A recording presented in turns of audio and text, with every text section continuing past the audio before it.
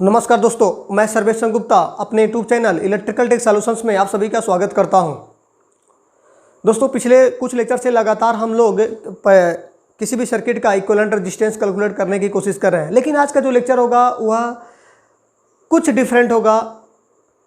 Different किस मायने में बोल रहा हूँ कि डिफरेंट इस वजह से बोल रहा हूँ क्योंकि आज का जो लेक्चर होगा हमारा वर्ड प्रॉब्लम पर आधारित होगा। अब आपकी जो समस्या होगी वो शब्दों में आएगी और उसको लेकर के आपको नेटवर्क ड्रा करना है और उसके बाद जाकर के आप उसका तुल्य प्रतिरोध कैलकुलेट कर पाओगे। इसी वजह से मैं बोल रहा हूँ कि आज का लेक्चर पिछले लेक्चर से थोड़ा सा अलग है। आज का लेक्चर तुल्य प्रतिरोध पर ही आधारित है, लेकिन वर्ड प्रॉब्लम पर हमारा होगा। चलिए एक एक करके उसको भी हम लोग समझने की कोशिश करते हैं। मैं आपके सामने एक क्वेश्चन रख रहा हूँ। पहला क्वेश्चन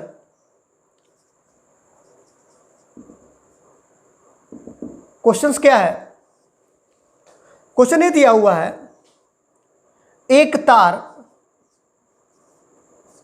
वायर की बात कर रहा है, एक तार जिसका कुल प्रतिरोध 12 ओम है, कुल प्रतिरोध 12 ओम है, कुल प्रतिरोध 12 ओम है,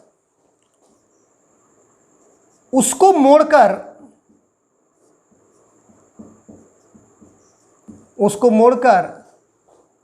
एक वृत्त बनाया जाता है,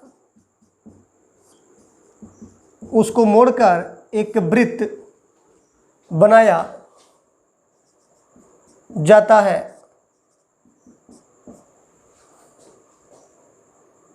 उस वृत्त के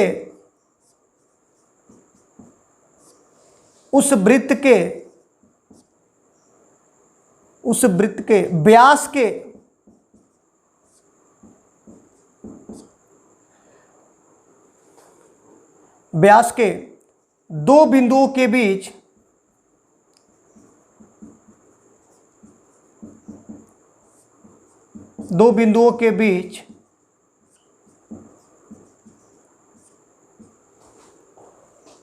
तुल्य प्रतिरोध कितना होगा? तुल्य प्रतिरोध कितना होगा? ऐसा क्वेश्चन आप कई पेपरों में देखे होंगे। अगर आप प्रीवियस ईयर के क्वेश्चन आप सॉल्व करेंगे तो इस टाइप के क्वेश्चन आपको बार बार देखने को मिलता है। तो स्टूडेंट यहाँ पर बहुत कंफ्यूज हो जाते हैं कि इसको सॉल्व करें तो कैसे करें, क्या आइडिया लेकर के इसको हम स्टार्ट करें। बहुत सारे आपके दिमाग में क्वेश्चंस आते हैं, लेकिन आज के लेक्चर के बाद आपके दिमाग में कोई इस प्रकार का क्वेश्चन नहीं आएगा। आप तुरंत उस क्वेश्चन को सॉल्व कर लेंगे। चलिए देखते हैं।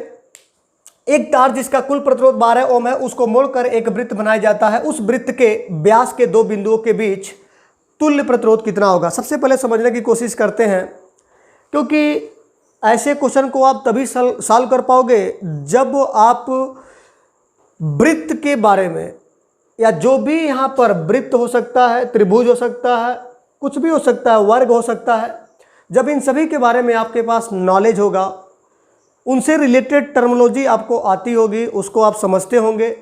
अगर नहीं समझते होंगे तब भी आपके लिए दिक्कत हो जाएगी। अब देखिए, यहाँ पर हमको वृत्त भी समझना है और वृत्त को समझेंगे तभी जाकर के हम उसके व्यास को समझ पाएंगे, क्योंकि व्यास के दो बिंदुओं के बीच ही तुल्य प्रतिरोध कैलकुलेट करना है।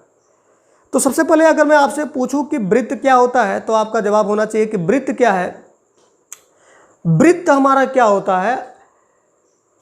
वृत्त बिंदुओं का एक बिंदुपथ होता है जिसका एक निश्चित बिंदु से सभी बिंदु की दूरी सदैव समान होती है। और जो वृत्त का जो व्यास होता है उसको हम बोल सकते हैं कि वृत्त का व्यास वृत्त की सबसे बड़ी जीवा होती है, जो वृत्त को दो समान भागों में क्या करता है? विभाजित करता है। यही इंपॉर्टेंट था इस क्वेश्चन को सॉल्व करने के लिए। व्यास क्या होता है?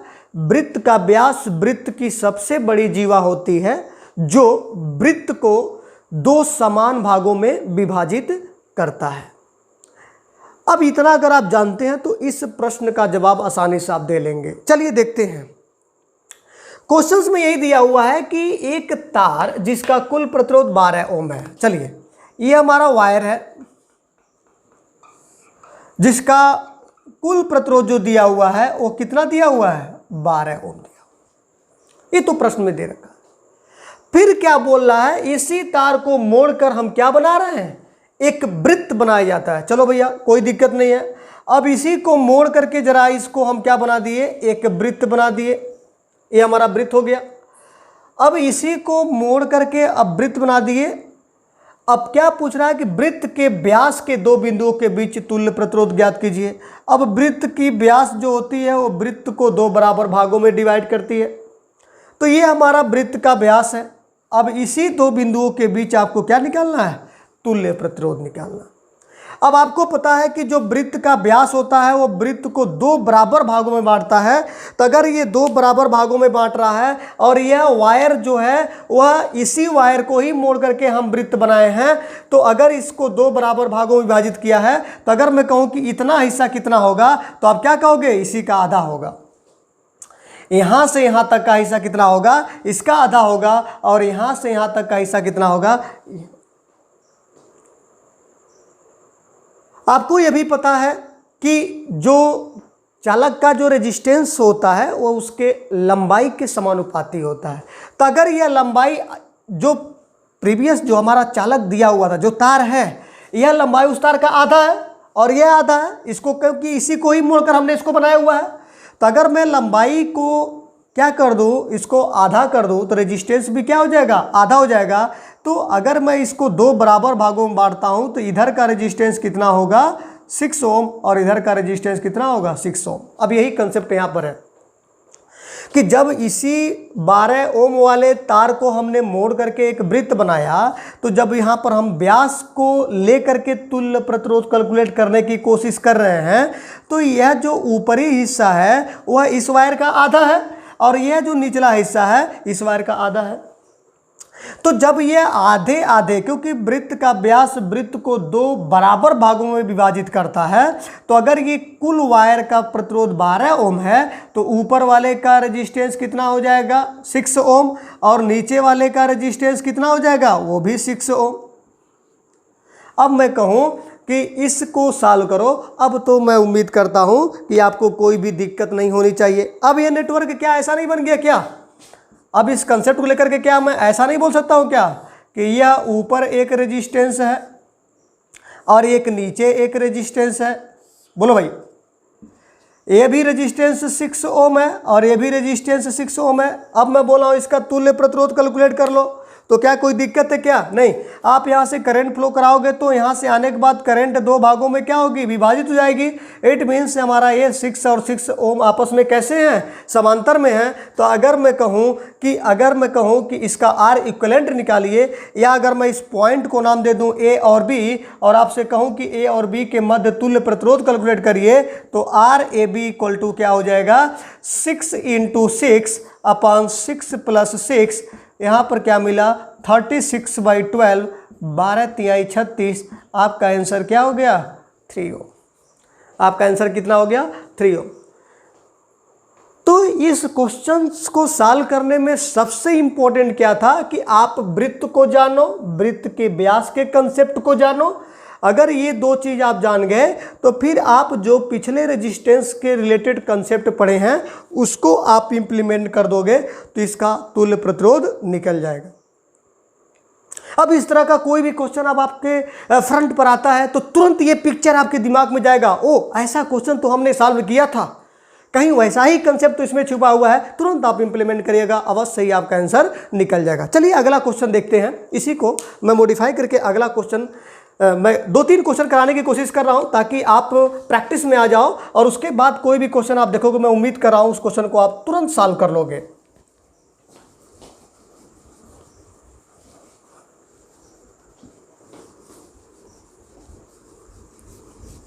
चलिए ऐसा ही वर्ड प्रॉब्लम का मैं क्वेश्चन आपके सामने रख रहा हूं।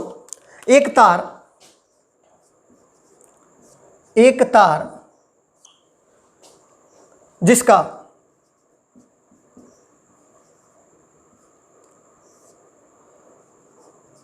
कुल प्रतिरोध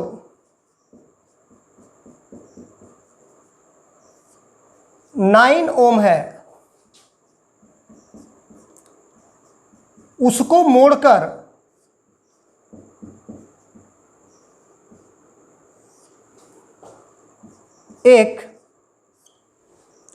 मोड़कर एक समबाहु त्रिभुज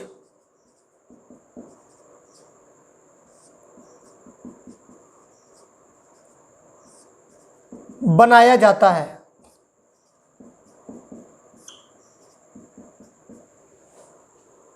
उस त्रिभुज के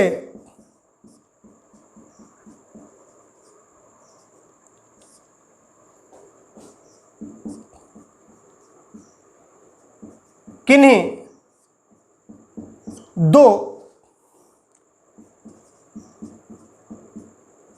शीर्ष बिंदुओं के बीच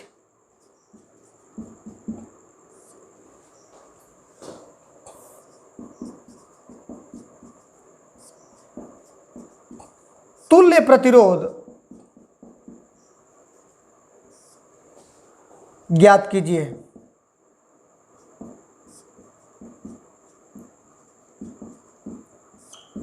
देखिए स्टूडेंट, आप इस क्वेश्चन को देख करके घबराना नहीं है। मैं बार बार बोला हूं ना, किस तरह का जब वर्ड प्रॉब्लम आधारित आपका प्रश्न बनेगा तो जिसकी चर्चा किया रहेगा उससे रिलेटेड जो भी टर्म आएंगे उसके बारे में आपको इन्फॉर्मेशन जानना जरूरी है। अगर आप नहीं जानते होंगे तब भी इस क्वेश्चन को नहीं कर सकते। अगर आप जानते हैं तो फिर इसका नेटवर्क आप बना लेंगे और बड़े आसानी से उसको सॉल्व कर लेंगे। सबसे पहले देखा जाए तो क्या पूछा जा रहा है कि एक तार है जिसका कुल प्रतिरोध 9 ओम है, उसको मोड़ करके हम क्या बना रहे हैं, एक समबाहु त्रिभुज बना रहे हैं। समबाहु त्रिभुज किसको बोलते हो, एक ऐसा त्रिभुज जिसकी सभी भुजाएं क्या होती है, बराबर होती हैं। एक ऐसा त्रिभुज जिसकी सभी भुजाएं बराबर होती हैं उसको हम क्या बोलते हैं, समबाहु त्रिभुज। और एक त्रिभुज में कितनी भुजा होंगी, 3 ही भुजा। एक त्रिभुज में कितनी भुजा होती हैं, 3 भुजा, और तीनों भुजा आपस में कैसे हैं, बराबर हैं। तो उसी त्रिभुज को हम क्या बोलेंगे, समबाहु त्रिभुज बोलेंगे। यह हमारे लिए इंपॉर्टेंट था। अब चलिए इसको सॉल्व करने की कोशिश करते हैं। एक तार जिसका कुल प्रतिरोध कितना है, 9 ओम। इट मीन्स प्रश्न में यह दे रखा है कि एक वायर है, एक तार है जिसका कुल प्रतिरोध आपको कितना है, 9 ओम है। अब जरा ध्यान दीजिएगा, अब इसी को ही मोड़कर हम क्या बना रहे हैं, इसी को मोड़ करके हम एक समबाहु त्रिभुज बना रहे हैं। समबाहु त्रिभुज मतलब समबाहु त्रिभुज ऐसा त्रिभुज जिसकी सभी भुजाएं आपस में कैसे हैं, बराबर हैं। तो मैं इस त्रिभुज का नाम क्या दे रहा हूं, ए, बी और सी। अब जरा ध्यान दीजिएगा, अगर इसको मोड़ करके आपने क्या बनाया, समबाहु त्रिभुज। अगर इसको मोड़ करके आपने समबाहु त्रिभुज बनाया तो हमको पता है कि समबाहु त्रिभुज उसको बोला जाता है कि ऐसा त्रिभुज जिसकी तीनों भुजाएं आपस में क्या हो, बराबर हो। इट मीन्स इसी रेजिस्टेंस को 3 बराबर भागों में डिवाइड किए होंगे और फिर उसको मोड़ करके हम त्रिभुज बनाए होंगे।